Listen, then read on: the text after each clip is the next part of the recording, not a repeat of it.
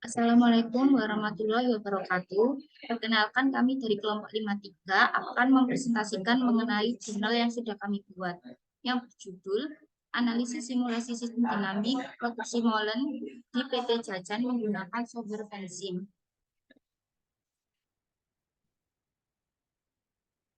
Untuk pendahuluannya, seiring dengan perkembangannya zaman, perkembangan teknologi sudah semakin maju.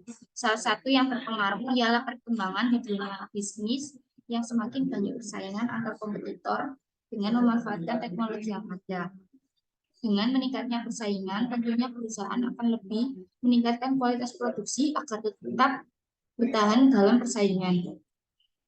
Produksi sendiri adalah fungsi pokok dalam setiap organisasi industri yang mencakup aktivitas guna menciptakan nilai tambah produk yang merupakan untuk dari setiap organisasi tersebut. Kemudian berdasarkan yang terdapat perusahaan terdapat efisiensi proses yang menjadi prinsip dari simulasi dinamis. Ini prinsip pertama akan menjadikan prinsip berikutnya. Demikian seterusnya sehingga simulasi yang dibuat hendaklah berdasarkan simulasi dinamis dapat merepresentasikan sistem yang dinamis. Simulasi dapat diartikan sebagai suatu sistem yang kompleks dengan fungsi logistik tanpa harus mengalami keadaan yang sesungguhnya. Simulasi ini digunakan apabila sistem yang sangat rumit sehingga tidak dapat dibuat untuk disatukan.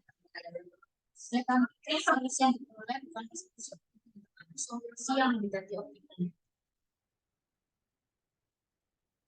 Dan ini model kasual diagram merupakan salah satu dari model sistem dinamis atau lebih tepat daripada model input proses output yang biasa kita gunakan dalam mengerjakan visual organisasi dan manajemen.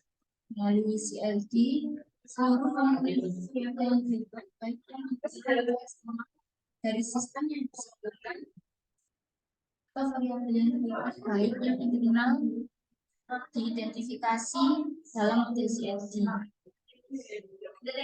Berdasarkan penjelasan di atas, terdapat masalah PT Jajan yaitu jumlah produksi yang melebihi kapasitas dan tidak sebanding dengan raw materi yang ada. Hal ini menyebabkan terjadinya kesalahan pada sistem produksi PT Jajan. Pada penelitian kali ini akan dilakukan dengan analisis simulasi dinamis menggunakan software Pensim. Pensim merupakan sebuah pemodelan yang sederhana dan fleksibel. Pensim dapat digunakan untuk membuat konsep dokumentasi simulasi atau sistem optimasi. Dalam hal ini, mulai dari pembuatan diagram sampai kasual dan pembuatan diagram stok dan fluid. Dengan menggunakan Pensim, kata-kata variabel yang dihubungkan dengan hubungan antara variabel tersebut dimasukkan dengan sebagai penanganan klausul.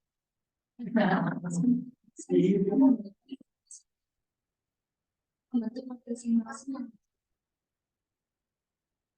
bisnis dan yang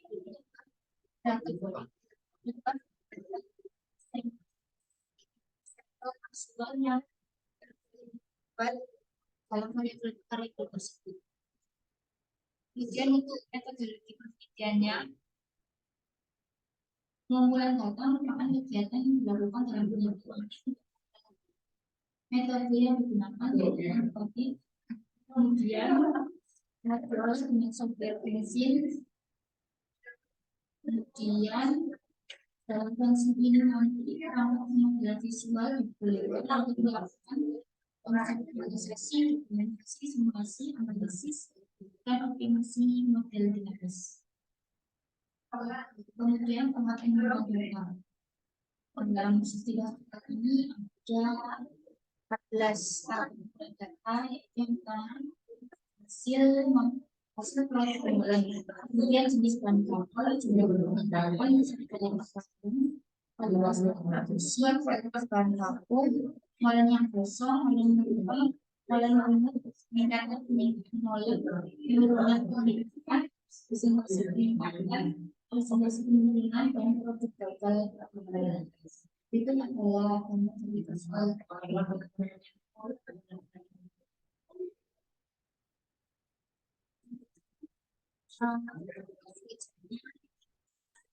dilakukan masalah dan penelitian kemudian masalah dan penelitian kemudian pengumpulan data kemudian tes lagi kemudian menggunakan sebuah mesin dilakukan verifikasi kemudian dilakukan validasi jika valid atau hasil pembahasan kesimpulan selesai seperti itu melengkapi atau penelitiannya. Kemudian ini tadi penjelasan selanjutnya akan dijelaskan oleh rekan saya.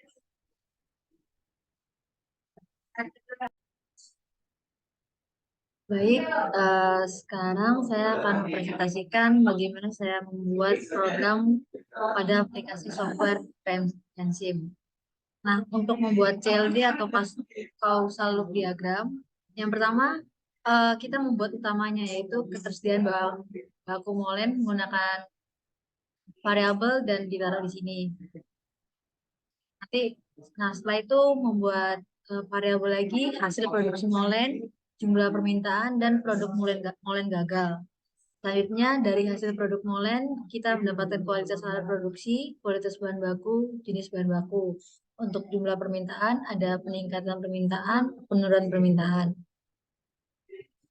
Untuk produk molen gagal itu terdiri dari molen gosong, molen remuk dan molen melempem. Untuk cara membuat agar ada plus dan minusnya itu atau yang pertama untuk row-nya dulu aja. Untuk cara memberi panah itu kita tinggal tarik dari sini ke tujuannya dan seterusnya. Untuk membuat plus atau minusnya kita tekan ini.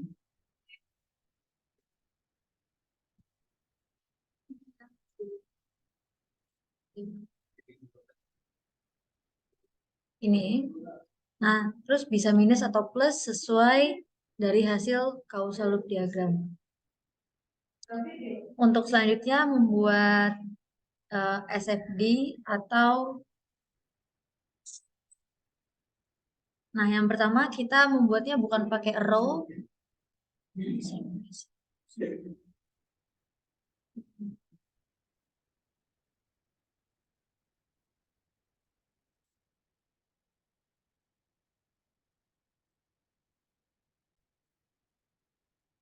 Baik, selanjutnya saya akan membahas tentang CLD atau causal loop diagram. Untuk cara membuatnya, yang pertama ada kita menekan variabel dan kita mengisi sesuai yang entitas yang kita butuhkan. Yang pertama itu yang utama yaitu ketersediaan bahan baku molen. Untuk untuk bagiannya yang pertama ada hasil produk molen, jumlah permintaan, produk molen gagal. Untuk hasil produksi molen terdiri dari kualitas alat produksi, kualitas bahan baku, jenis bahan baku. Untuk jumlah permintaan yaitu penurunan permintaan, peningkatan permintaan. Untuk produk molen gagal, yang pertama ada molen gosong, molen remuk, dan molen melempem. Untuk cara membuat panahnya itu, yang pertama kita menggunakan arrow, lalu menarik dari tujuan awal dan ke tujuan akhir. Dan begitu pun seterusnya. Untuk cara membuat ada plus dan minusnya, yang pertama kita menekan ini dan sesuaiin dengan kebutuhan, bisa plus bisa minus. Kalau plus yaitu berarti hasil, misalnya ini plus berarti kualitas bahan baku mempengaruhi hasil produk molen, dan misalnya molen gosong itu akan menambah produk molennya gagal. Kalau produk molennya gagal, maka ketersediaan bahan baku akan berkurang. Kalau hasil produksi molennya bertambah, tentu akan menambah ketersediaan bahan baku. Untuk jumlah permintaan, jika jumlah permintaannya plus, maka ketersediaan bahan baku juga akan menambah atau plus. Selanjutnya saya akan membahas tentang SFD. SFD yang pertama kita bukan pakai variabel dulu, tapi kita pakai level. level dan kita nanti taruh sini. Yang pertama jumlah permintaan dan yang kedua ada ketersediaan bahan baku. Selanjutnya kita untuk menghubungkan peningkatan permintaan dan penurunan permintaan, kita memakai rute. Jadi tarik dari sini ke sini. Jangan lupa ditekan supaya nanti bisa terhubung. Nanti akan ada contoh apa? Ada tulisan, kita tulis sesuai yang kita inginkan. Kalau saya nulisnya peningkatan permintaan dan penurunan permintaan. Dan yang bawahnya juga sama sesuai dengan causal diagram saya, yaitu hasil produk dan produk gagal. Untuk variabelnya kita tekan variabel dan sesuaikan dengan yang kita butuhkan. Kalau saya kualitas alat produksi, jenis bahan baku, kualitas bahan baku, mulai gosong, mulai remuk, mulai melempem, persentase penurunan, persentase peningkatan. Untuk arrow-nya masih sama, tinggal pencet arrow dan sesuai dengan tujuan awal sampai tujuan akhir. Itu cara membuat SFD. Untuk cara membuat skenario 1,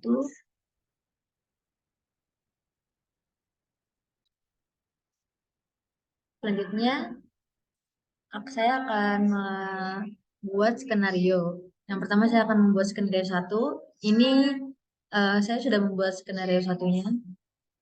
Bisa dilihat yang pertama untuk persentase peningkatan 0,5, persentase penurunan 0,9,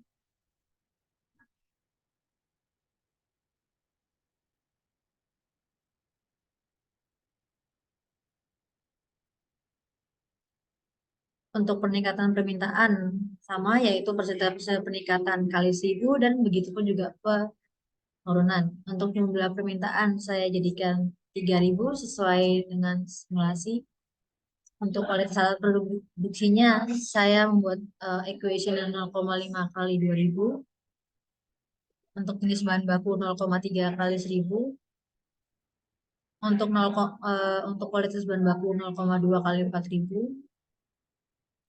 Untuk molen lempemnya saya buat 0,8 kali 200, molen remuknya 0,6 kali 200, dan molen gosongnya saya membuat 0,4 kali 200. Untuk hasil produknya ini merupakan penjumlahan dari variabel-variabel sebelumnya. Misalnya dari hasil produk berarti jenis bahan baku ditambah kualitas alat produksi ditambah kualitas bahan baku. Begitupun dengan produk gagalnya. Molen gosong ditambah molen melempem ditambah molen remuk. Untuk ketersediaan bahan bakunya, yaitu merupakan hasil produk yang tadi dari produk gagal dikurangi jumlah permintaannya. Untuk waktunya saya juga buat 3000. Setelah ini sudah selesai, kita tinggal kontrol A dan simulate. Nah, jika sudah, kita bisa lihat tabel grafiknya. Yang pertama dari ini, kita bisa lihat grafiknya untuk hasil produknya, jenis bahan baku, jumlah permintaan, dan tentunya bahwa ini ada minus berarti.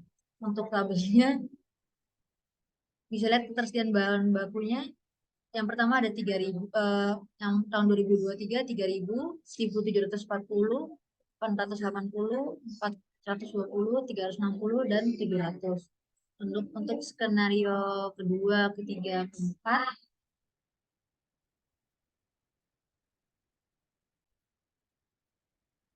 baik, itu untuk skenario pertama. Untuk skenario 2, sesuai dengan studi kasusnya, mengganti persentase peningkatan dari 0,5 jadi 0,8. Itu untuk skenario 2. Tentu nanti hasilnya akan beda dengan skenario pertama. Untuk skenario ketiga itu adanya penurunan dari kualitas hasil produksi. Yang ini maksud saya. Penurunan permintaan dari 0,9 jadi 1,1. Dan yang terakhir ada skenario 4, yaitu kualitas alat produksi dari 2.000 menjadi 4.000. Untuk skenario-skenario tersebut terdapat perbedaan. Nah, untuk hasilnya terdapat pada laporan jurnal. Baik, selanjutnya saya akan membahas tentang UI atau User Interface. Untuk cara membuatnya, yang pertama tekan ID objek dan tekan di sini, area sini pokoknya. Nah, untuk yang pertama itu object type-nya kita pilih output workbench tool. Untuk choose untuk variabel namanya saya memilih jumlah permintaan. Untuk range from-nya 0 to 1 with instrument 0,01. Untuk eh, tool analisis toolnya itu saya memilih kira.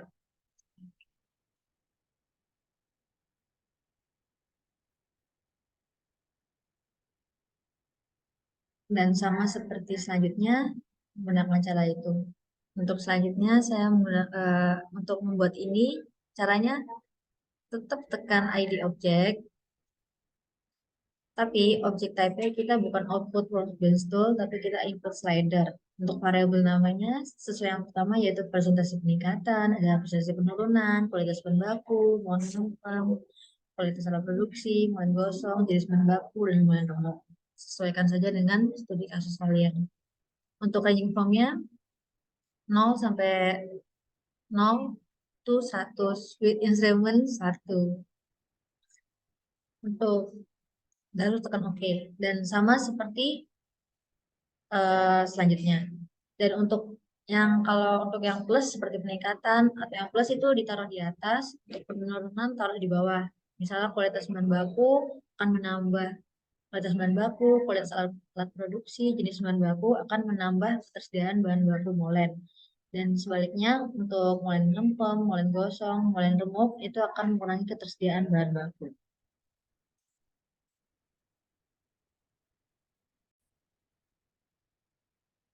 Baik, selanjutnya untuk hasil pembahasan yang pertama ada verifikasi dan validasi. Verifikasi artinya sebagai perbandingan dua atau lebih item untuk penggunaan tes tambahan untuk memastikan keakuratan atau kebenaran informasi. Validitas adalah satu indeks yang menunjukkan alat ukur itu benar-benar mengukur apa yang hendak diukur. Yang pertama ada verifikasi. Verifikasi digunakan untuk mendeteksi apakah terjadi error atau tidak. Bila muncul terjadi error, maka logika yang dibuat belum sepenuhnya benar. Untuk validasi, validasi dilakukan secara statistik dengan membandingkan data empiris sistem nyata dengan output simulasi model. Untuk validasi modelnya bisa dilihat pada tabel untuk total ketersediaan bahan baku molen untuk simulasi tahun 2003, tahun 2023 3.000, 2750, 2.900 dan seterusnya. Untuk real juga sama 2.900, 2.550 dan seterusnya. Dengan rata-rata real 3.525 dan rata-rata simulasi 3.708. Nah, untuk mencari berapa persen error dari rata-rata data empiris dan data output, kita mencarinya dengan cara S1 mutlak S dikurangi A per A. Untuk sama dengan 3.708 dikurangi 3.525 per 3.525. Didapatkan hasil 5%. Selanjutnya, kita mencari berapa persen error dari standar deviasi data empiris dan data output. Didapatkan hasil 0,26 atau 2,6%. Untuk output simulasi atau SFD-nya bisa dilihat pada gambar.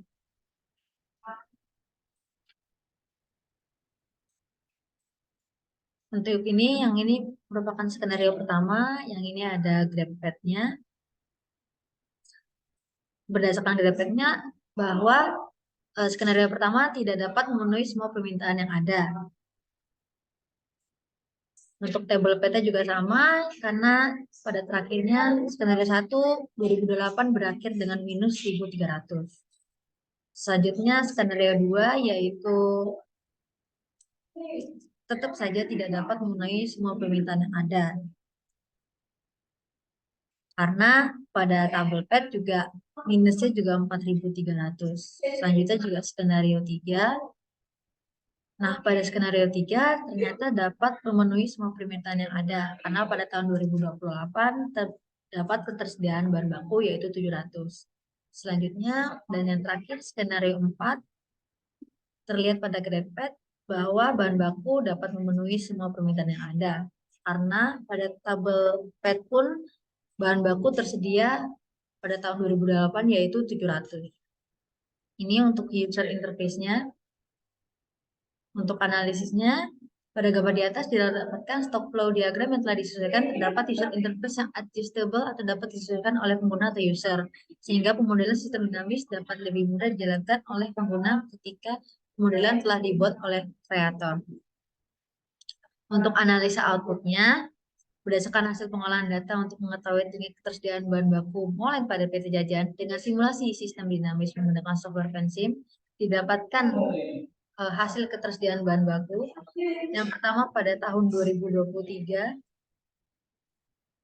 berakhir pada tahun 2003 ketersediaan bahan baku sama yaitu pada skenario 1 sampai 4 3.000. Pada tahun 2024 skenario 1 1.340, skenario 2 juga 1.340, skenario 3 1.340, skenario 1.740.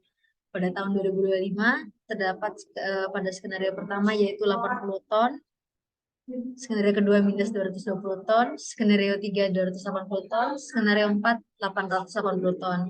Pada tahun 2026 skenario pertama minus 780, skenario 2 minus 1680, skenario 3 minus 180, skenario 4 420.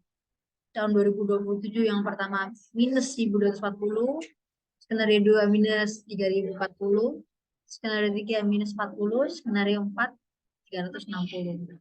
Dan yang terakhir untuk tahun 2008 skenario 1 minus 1300, skenario 2 minus 4300, skenario 3 700, dan skenario 4 700. Maka dapat diketahui bahwa rekomendasi skenario yang paling tepat adalah skenario 3 dan 4 karena memiliki hasil ketersediaan bahan baku molen yaitu 700 ton. Untuk kesimpulannya,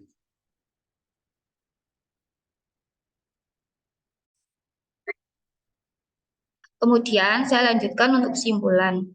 Pada PT Jajan ini merupakan perusahaan industri yang bergerak pada produksi molen. Berdasarkan output yang telah disimulasikan untuk simulasi PT Jajan ini, digunakan software Vensim.